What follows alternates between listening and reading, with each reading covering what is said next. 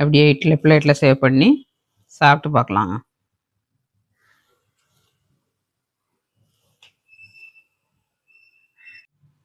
அப்படியே குருமாவை கோரி இட்லியோட ஊற்றி சேவ் பண்ணி சாப்பிட்டோம்னா அவ்வளோ ஒரு ருசியாக இருக்கும்.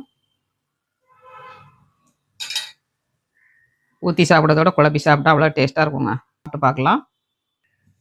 ஹை ஃப்ரெண்ட்ஸ், எல்லோரும் எப்படி இருக்கீங்க? நல்லா இருக்கீங்களா? இன்றைக்கி சூப்பராட்டு காலைல பிரேக்ஃபாஸ்ட்டுக்கு குருமா செய்ய போகிறேங்க. இட்லிக்கு, தோசைக்கு, இடியாப்பத்துக்கு, ஆப்பத்துக்கு எல்லாத்துக்கும் பொருத்தமான குருமா செய்ய போகிறேன். ரொம்ப ஈஸியாட்டு ரொம்ப டேஸ்ட்டாட்டு பண்ண போகிறாங்க.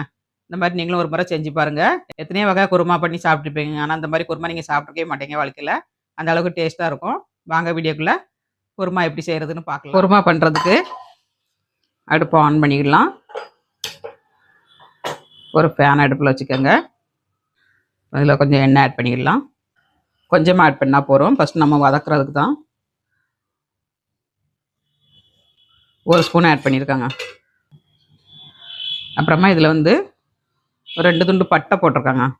பட்டை 2 துண்டு, லவங்கம் 2 3, கல்பாசி கண்டிப்பாக போடணுங்க.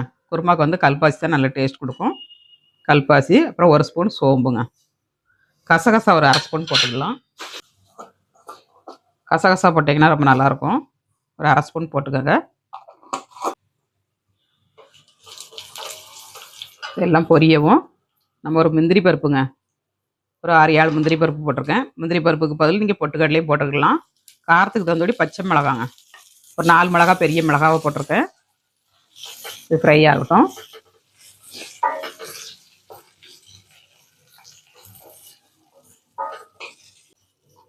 இது கொஞ்சம் ஃப்ரை ஆனோன்னா நம்ம வெங்காயம் ஆட் பண்ணிக்கணுங்க.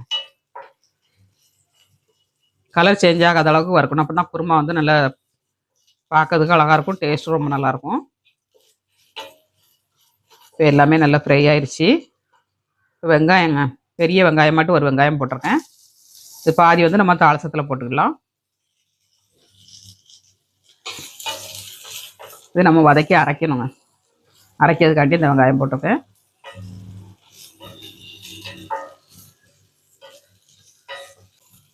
ரொம்ப வதங்கணும்னு வேண்டாம், கொஞ்சம் கண்ணாடி பதம் வந்தால் போதுங்க.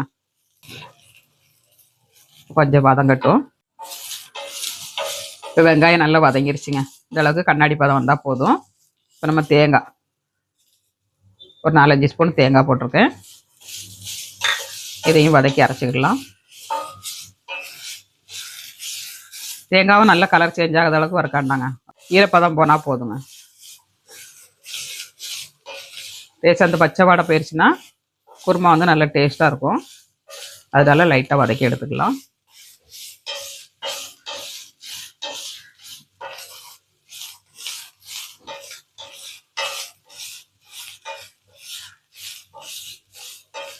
நல்லா வதங்கிருச்சுங்க. இப்போ அடுப்பை ஆஃப் பண்ணிவிட்டு நம்ம ஒரு பிளேட்டில் மாற்றிக்கலாம். அப்படியே கடாயில் வைக்க லேட்டாகும் ஆறதுக்கு. அதனால் ஒரு பிளேட்டில் மாற்றி வச்சோம்னா சட்னி ஆறிடுங்க. உடனே செய்யறதா இருந்தால் இந்த மாதிரி பிளேட்டில் மாற்றிக்கோங்க.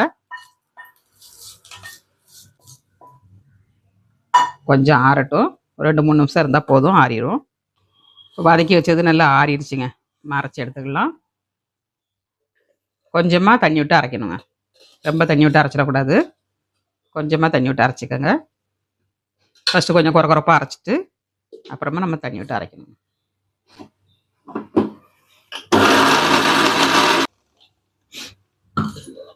குறப்பாக அரைச்சாச்சு. கொஞ்சம் தண்ணி ஆட் பண்ணிக்கலாம்.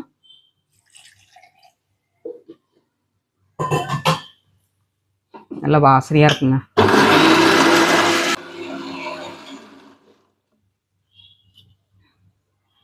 இப்போ நல்லா அரைச்சி எடுத்தாச்சுங்க. இப்போ தாளசம் பண்ணிடலாம். நம்ம அடுப்பில் வச்சுக்கலாம்.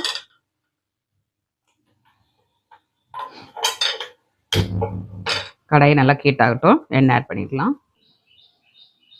எண்ணெய் ஆட் பண்ணிடலாங்க.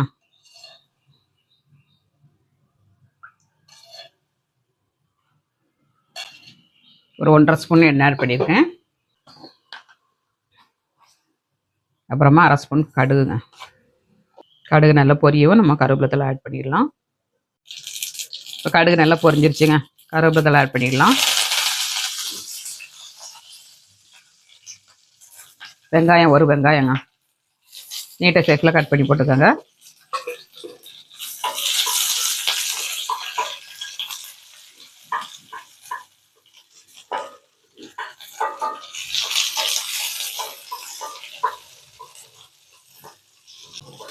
இதுவுமே கொஞ்சம் வதங்கினா போகிறோம், ரொம்ப வதங்கணும்னு வேண்டாம். கொஞ்சம் பச்சை வாடை போக நல்லா வதக்கிக்கோங்க. வெங்காயம் நல்லா வதங்கிருச்சுங்க. இஞ்சி பூண்டு பேஸ்ட் ஆட் பண்ணிக்கலாம். 1 ஸ்பூன் இஞ்சி பூண்டு பேஸ்ட்டுங்க. பச்சை வாடை போக நல்லா ஃப்ரை பண்ணிக்கணும். இதில் வந்து 1 ஸ்பூன் காஷ்மீர் மிளகாத்தூளுங்க. காரத்துக்கு நம்ம பச்சை மிளகா போட்டிருக்கோம். 1 ஸ்பூன் காஷ்மீர் மிளகாத்தூள் போட்டுக்கோங்க. ஒரு 1/2 ஸ்பூன் மஞ்சள் தூள். எல்லாம் அந்த மசாலாவில் போட்டு ஃப்ரை பண்ணிடலாம்.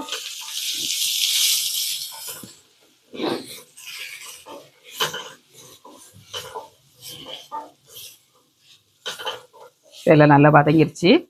இப்போ நம்ம தக்காளி ஆட் பண்ணிடலாம்.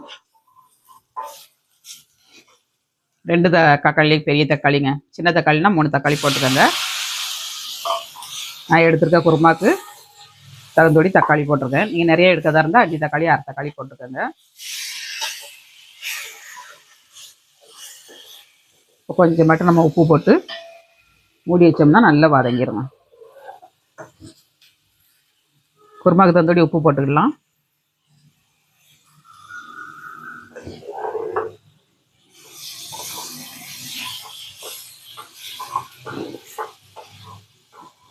தக்காளி நல்லா வதங்கணுங்க.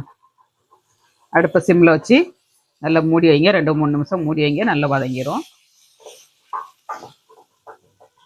தண்ணி எதுவும் ஆட் பண்ணாதீங்க. நமக்கு தக்காளிக்கு உப்பு போட்டுருக்கோம் பாருங்க, அந்த தக்காளியிலே தண்ணி விட்டு வருங்க. அந்த தண்ணியிலே நம்ம வதக்கி எடுத்துக்கலாம்.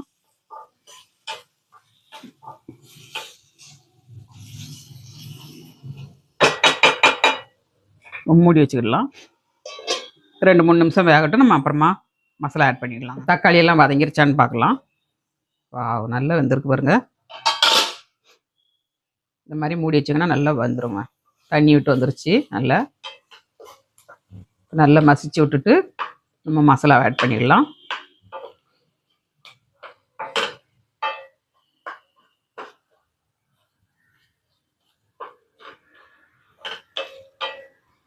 இந்த அளவுக்கு வெந்தா போதுங்க. சூப்பராட்டு வெந்துருச்சு பாருங்க.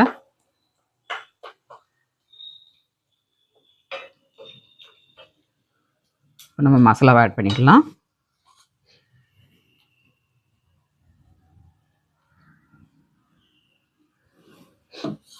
மசாலா வந்து ஒரு 2 நிமிஷம் இதில் வதக்கிக்கிடலாம்.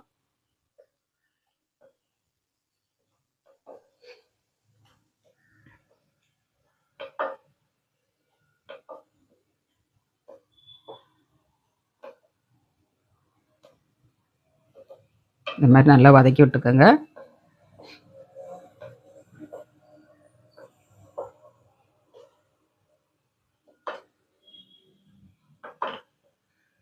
சூப்பரான தக்காளி குருமா ரெடிங்க. தண்ணி மிக்ஸி சார கழுவி நம்ம தண்ணி ஊற்றிக்கலாம். தண்ணி ஆட் பண்ணிடலாங்க. கொஞ்சம் தண்ணியாக வைக்கணும். நம்ம முந்திரி பருப்பு எல்லாம் போட்டு வச்சுருக்கனால நமக்கு திக்காயிரும். நல்லா கொஞ்சமாக தண்ணி விட்டு வச்சுக்கலாம்.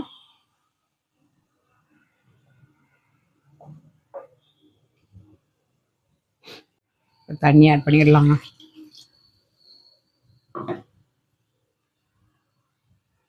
ரொம்ப தண்ணியாக வச்சாலும் நல்லா இருக்காது, ரொம்ப கட்டியாக இருந்தாலும் நல்லா இருக்காது. போதுமான அளவுக்கு வச்சுக்கோங்க. இந்த அளவுக்கு திக்னஸாக இருக்கணுங்க. இந்த ஸ்டேஜில் உப்பு காணுமான்னு செக் பண்ணிவிட்டு, உப்பு காணலைன்னா கொஞ்சம் போட்டுக்கோங்க. கொஞ்சமாக மல்லித்தழையும் புதினா தழையும் ஆட் பண்ணிடலாங்க. புதினா தழை போடுங்க, நல்லா டேஸ்ட்டாக இருக்கும். மூடி வைக்க வேண்டாம், நம்ம அப்படியே கொதிக்க விட்டுக்கலாம்.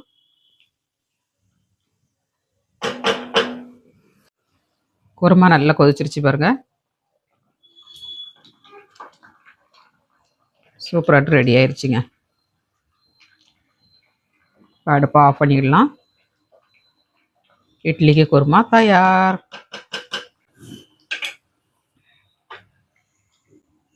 சூப்பராக ரெடி ஆயிடுச்சுங்க. சூப்பரான குருமா ரெடி ஆயிடுச்சுங்க. இப்போ இட்லியில் சேவ் பண்ணி சாப்பிட்டுக்கலாம். அட்டகாசமாக இருக்கும் டேஸ்ட்டு.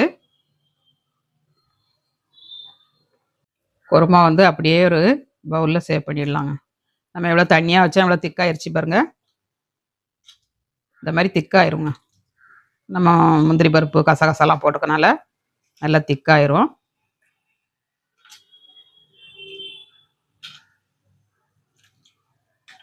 எப்போதும் ஒரே மாதிரி செய்யாமல் இந்த மாதிரி டிஃப்ரெண்ட்டாக பண்ணி சாப்பிட்டு பாருங்க.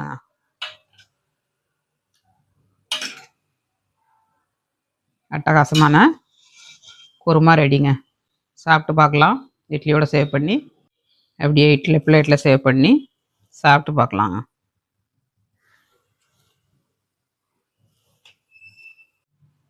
அப்படியே குருமாவை கோரி இட்லியோட ஊற்றி சேவ் பண்ணி சாப்பிட்டோம்னா அவ்வளோ ஒரு ருசியாக இருக்கும்.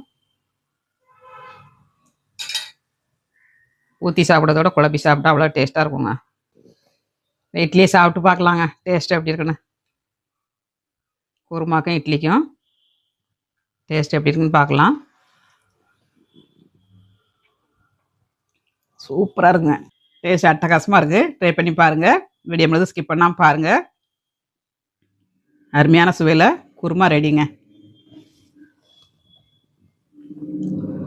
2 இட்லி சாப்பிடுவாங்க, 4 இட்லி சாப்பிடுவாங்க. அந்தளவுக்கு டேஸ்ட்டாக இருக்குது. ட்ரை பண்ணுங்கள். வீடியோ பிடிச்சிருந்தால் லைக் பண்ணுங்கள். மீண்டும் நெக்ஸ்ட் வீடியோவில் சந்திப்போம். பாய்.